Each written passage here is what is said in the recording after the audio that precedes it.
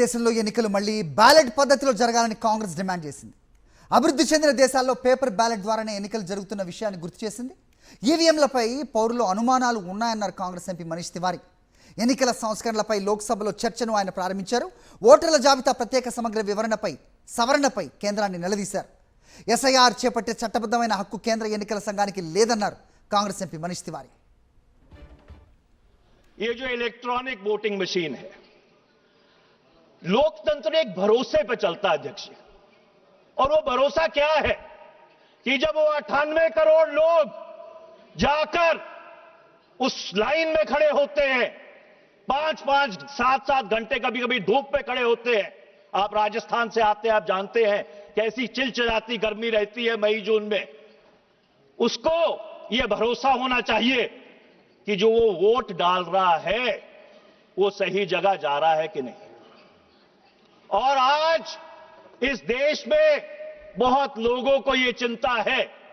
मैं ये नहीं कह रहा कि ईवीएम मैन्युपुलेट हो रहे हैं, मैं ये कह रहा हूं कि लोगों को इस बात की चिंता है कि ईवीएम मैन्युपुलेट हो सकते हैं। और जब आवाम का भरोसा लोकतंत्र में टूटता है तो अराजकता फैलती है अध्यक्ष जी, अराजकता फैलती है। और इसलिए यह बहुत जरूरी है। मैंने सदन में सवाल पूछा था, किरण रिजिजू जी यहां पे है नहीं, उस समय वो कानून मंत्री थे 25 मार्च 2002 को।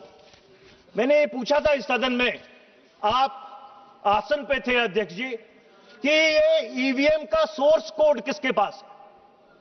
ये ईवीएम का जो सोर्स कोड है, ये क्या उन कंपनियों के पास है जो ईवीएम बनाती हैं, कि ये चुनाव आयोग के पास है? Who has the source code of these EVMs?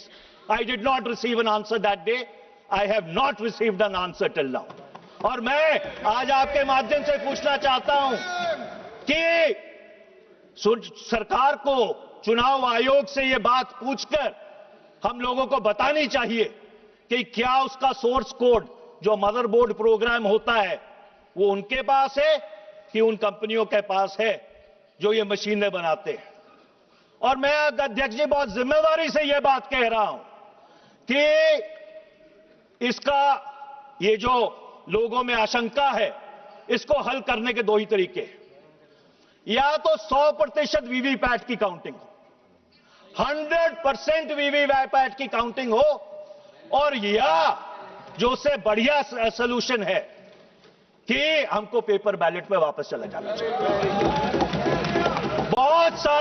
बहुत सारे ऐसे मुल्क थे जिन्होंने ईवीएम का प्रयोग किया था, जापान, जर्मनी, अमेरिका, जहां पे ये आजाद हुए थे, वो सारे पेपर बैलेट पे वापस क्यों चले गए?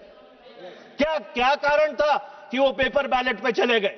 वो कारण ये था that after all the EVM is a machine and any machine can be manipulated।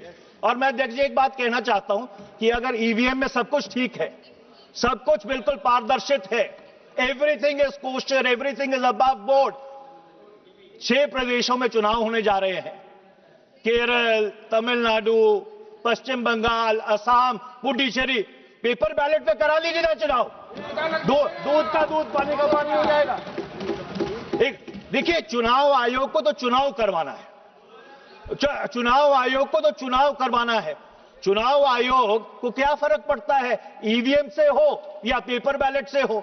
चलो अगर 3-4 दिन लग भी गए गिनती में, लोगों का भरोसा जो भारत की लोकतांत्रिक व्यवस्था है, जो भारत की बुनियाद है, जिस लोकतंत्र के बारे में हम दुनिया में गूंज के कहते हैं कि हम भारत देश के सबसे बड़ा लोकतंत्र है, उसकी विश्वसनीयता वापस आ जाएगी अध्यक्ष जी।